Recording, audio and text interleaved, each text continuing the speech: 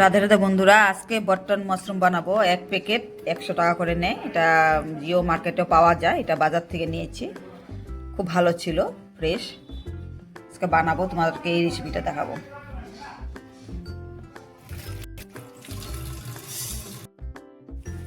আদা, লঙ্কা আর পেঁয়াজ আর 3টা মতন কাজু এটা গ্রাইন্ডারে পিষে নিব। মাশরুমের জন্য এগুলো সব কিছু রেডি করা হয়ে গেছে।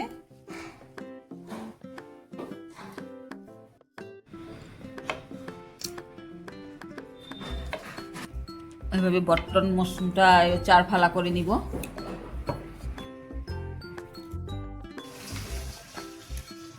তেল ঢালবো। আলুটা লাল করে ভেজে নিব।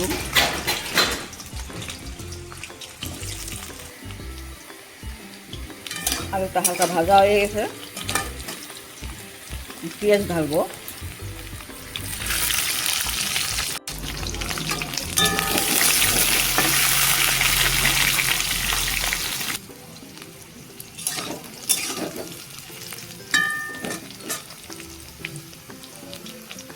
আলুর সাথে পেঁয়াজটা ভাজা হয়ে গেছে, এখন ক্যাপসিকামটা ফেলে দেবো।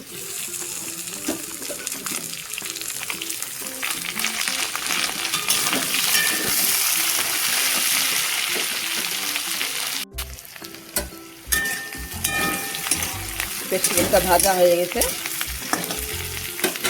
এখন আধা টমেটো ছোটো ছোটো করে কেটে নিয়েছি, এটা দিয়ে দেবো।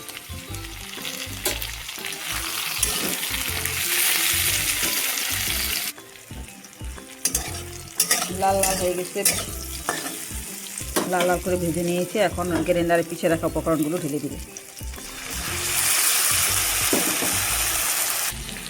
তাতে এখন জিরা ধনিয়া দিয়ে দিব 1 চামচের মতন। লাড়াচাড়া করবেন।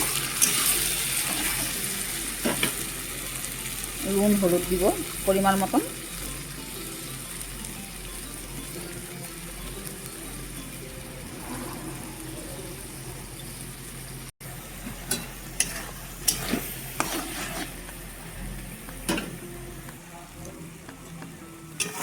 মশলাটা আদা ভাজা হয়ে গেছে, এখন বটন মাশরুমটা ঢেলে দিই। মশলার সাথে ভালো করে ভেজে নিব মাশরুমটা। মশলাটা ভাজা ভাজা হয়ে গেছে, এখন গরুর পিউর দুধ ঢেলে দিব 1 পোয়ার মতন। গরুর দুধ না থাকলে প্যাকেট দুধও ঢালতে পারো, সাথে একটু সামান্য জল দিয়ে দিব।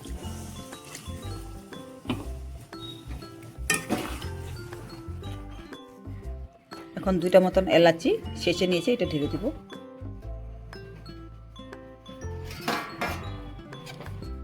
তিন 4 মিনিট মতন ঢেকে দিব।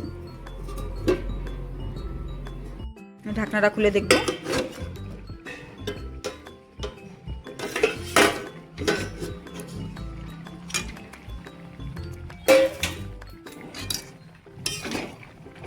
মাখা মাখা হয়ে গেছে,